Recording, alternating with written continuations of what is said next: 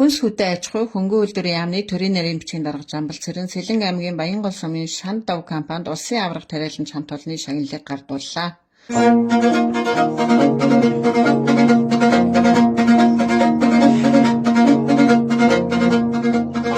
Сэлэнг аймгийн Баянгол сумын Шанд Дов компани улсын аварга тариалан хамт олоноор шалгарсан. Тэгээ Монгол улсын засгийн газрын шийдвэрээр улсын аварга тариалан хамт олон улсын таавагдад Монгол улсын засгийн газрын шагнал хүндэт өргөмжлөл за холбогдох одоо дурсгалын зөвлөлтийг гардуулж өгье. За өргөмжлөлийг уншиж танилцуулъя. Сэлэнг аймгийн Баянгол сумын Шанд Дов хязгаарлагдмал хариуцлагатай компани хамт олонд хүнсний хангамж аюулгүй байдлын үндэсний хөдөлгөөнийг бүтээлчээр хэрэгжүүлэхэд манлайлан оролцож тариалангийн салбарт өрсөлдөх чадвартай эдийн засгийн үр ашигтай техник технологиг нэвтрүүлэн хүн амыг эрүүл аюулгүй хүнсээр хангах их үйлсэд оруулсан танай байгууллага хамт олонны хувь нэмэр нөрөх хөдөлмөр зүтгэл хуримтлуулсан туршлага ажлын амжилтыг үнэлж Монгол улсын засгийн газраас улсын аварга тариалан хамт олоноор шалгаруулан өргөмжлөл олгоо. Монгол улсын ерөнхий сайд Лувсан намсрын оюун эрдэнэ хүнс хөдөө аж ахуй хөнгөн үйлдвэрийн сайд Жаданбаагийн энх баяр 2025 он 17 дугаар жарны модон могой жилээ гэсэн ийм өргөмжлөлийг таавуулж хадгалж байна. Жилүүрийн сар шинийн баярын өмнө хүнс хөдөө аж ахуй хөнгөн үйлдвэрийн салбар за Монгол улсын засгийн газрын хөдөө аж ахуйн салбарынхаа шилдэгүүдийг шалгаруулах боломжтой. Сэлэнг аймгийн Баянгол суманд үйл ажиллагаа Шанд Дов компани улсын аварга тариалан шалгарсан шагналыг гардуулж явж байна. За энэ аж ахуй нэгжийн хувьд одоо хөдөө аж ахуйн салбар ялангуяа газар тариалангийн салбарт дэвшилт технологиг нэвтрүүлэх шинэ одоо туршилт судалгааг одоо нөхцөлөх чиглэлээр бас нэлээдгүй ахистай ажиллаж байгаа. Бас манай газар тариалангийн салбарын хэрэглэгч аж ахуйн нэгж одоо улсын аварга тариалан шалгарсан.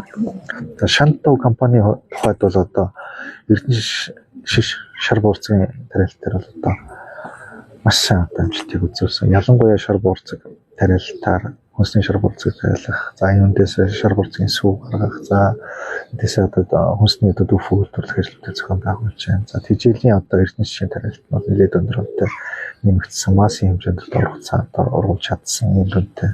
За дээр нь хүнсний ногооны тариалтад энэ хүнсний ногооны үрийг одоо мөхлөгжүүлж одоо тариалах энэ технологиг одоо Монголд ботгошоор тариалж байгаа онцлог. Монголдоо бид нэр голог хөдөө аж ахуй гэдгийг нэвтрүүлж ер нь монголчууд яагаад бидний энэ баялагаа үн төрөж болтгоо бидний нэг том зорилго нь эдийн зах зээл дээр гарахтаа бид өнөөдөр цэвэр органик бүтээгдэхүүн бидэг үүднээсээ одоо нөгөө дундаж гэдэг дээр биш бид нөгөө дэлхийн 10% дээр гарах. Өнөөдөр дэлхийн нийтээр эрүүл хүнс гэдэг эрүүл бүтээгдэхүүн гэдэг дээр маш анхааралтай явж байгаа. Тийм учраас бид бол 10% өрсөлдөх гэдэг зорилготой байна. Эхнээс нь юм хэрэгжүүлээд явж байна. Монгол улсын аварга тариалан хамт олон болж байна. Тэгэхээр маш их баяртай байна. Бидний зорилго маань уламжлалт газар тариалан гэдгийг өөрчлөх, жил ухааны үндэслэлтэй газар тариалан хөгжүүлэх тэр зорилгоор бид нар ажиллаж байгаа. Манай компанийн хувьд бол одоо хөдөө аж ахуйд яг энэ салбар дээр 2 орчим тэрбум төгрөгийн хөрөнгө оруулалт оруулсан явж байгаа. Хоёрдугаарт нь бид нөгөө Монгол хүмүүс байхгүй. Монголынхоо баялагийг бид нар харах хэрэгтэй, харуулах хэрэгтэй, гаргах хэрэгтэй, таниулах хэрэгтэй. Ер нь Монголын хөдөө аж ахуйг босгоод ирэхэд бол бид нар заавал дэлхийд тэр дундаж гэдэгтэй биш, дэлхийн тэр том баячуудтай одоо тийм ээ миний хүсэж байдаг тэр 10%-тай бид эдний хэмжээнд л юмаа гаргах том амбицтай bijil том юм төрнө гэсэн зорилготой. Улс гэдэг яаж хөгждөг юм бэ гэдэг ерөөсөө л үйлдвэрлэл найжээж улс хөгждөг. Дандаа бид нар зөвхөн түүхийд экспортлох биш. Үйлдвэрлэж, нэмийн үртэг шингээж Монгол улс хөгжих ёстой маа гэдгийг харж байгаа учраас одоо Солонгосын үйлдвэрүүдтэй хамтарч ер нь хасаап ISO 9001 стандартуудыг нэвтрүүлж бид нар цааш нь үйлдвэрлэлээ хөгжүүлэх солонгосуудаас одоо хөгжсөн орноос маш их туршлага өрөмтлүүлж энэ дээр хамтарч ажиллаж байгаа юмнууд байгаа. Газар тариалангийн үйлдвэрлэлийг 3 жил эрхлээд улсын аварга тариалан хамт олон шагналыг хүртэж байгаа тус компани нь шинжилгээ ухаанд суурилсан ухаалаг хөдөө аж ахуйн зохицолборыг бий болгож байгаагаараа онцлогтой. Газар зохион байгуулалт, агроном, биотехнологи, үлтрээ селекц мал аж ахуй гэдэг хөдөө аж ахуйд шаардлагатай байгаа. Эрдэм шийдвэрлэлийн судалгааны байгууллагуудад ажиллаж байгаа туршлагатай хамт олмоор эрдмийнхаа зөвлөлийн баг бүрэлдэхүүнийг бүрдүүлээд нөлөө хүртэл ажиллаж байна. Одоо энийг ингэж мөхсөглүүлсний дараа тэр машин дээр утсанд ингэ ороод тэгээд талбай дээр суулгахдаа 5 үдлийг нэг дор хийгээ явчих. Нэг талбайд 3 нийт үрээд тавьдаг байсан бол энэ технологиг ашигласаар 1.5 ил үрээд тавьж байгаа. Үрээд тавьсан үр бүхэн урган тэгээд ургасан үр чанартай стандартын том шаардлага хангасан жижиг ургамал ургахгүй стандартын шаардлага хангасан ургамал ургана. 2023 онд Сэлэн аймгийн хэмжээнд хамгийн өндөр төмсний ургац авсан Шанд Дав компани газар тариалангийн чиглэлд Улаанбуудаа, Шар буурцаг, Тэжээлийн болон 6 төрлийн хүнсний эрдэнэ шиш, ванду, гурвалжин будаа зэргийг тариалж байна.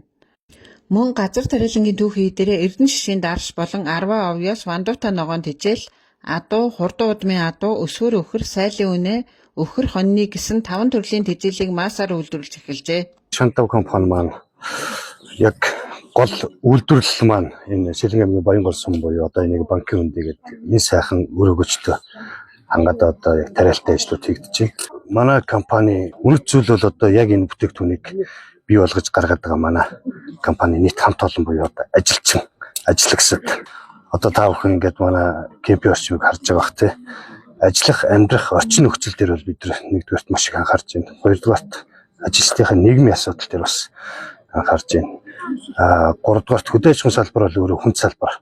Тэгэхээр энийг бид нар хүний хүчийг бага оруулах, технологийн одоо нэвтрүүлэх, цаг хугацаатай уралдаж байгаа ажилчид тэгэхээр бүтээмжийг нэмэгдүүлэх гэдэг чиглэл дээр ерөнхийдөө гол анхаарлуудаа хийж байна. Эндийн нарлаг гэдэг нь шууд юм. Газар өнгөгийн дулаан ашиглах зорилготой. Хүснөө бүнд дулаан болон агаас их боломжтой. За одоо бид ямар нэгэн хадгалт хэрэглээд байна. Өсөө бидгээд энэ хадгалгаа үр орох зайгаа гаргаад энэс үр маа нэгээр ороод нийцгээ дахиж хүнсэн дүүргэж бийтэй. Одоо ингээд ийшээ ороход эндээс мэдрэхээр үрийг яг нийлгээд энэ үгрүүд одоо хийгээс гараад бомбуудад авсан. Одоо эндээс бодогдоод гараад. Одоо энэ хэрэг тэгээд энийгээр уцлагдаад ийшээ ерөөсөн хүний гар оролцохгүй ингээд эндээс хүн хаа яваад тийш тавиу юм байна.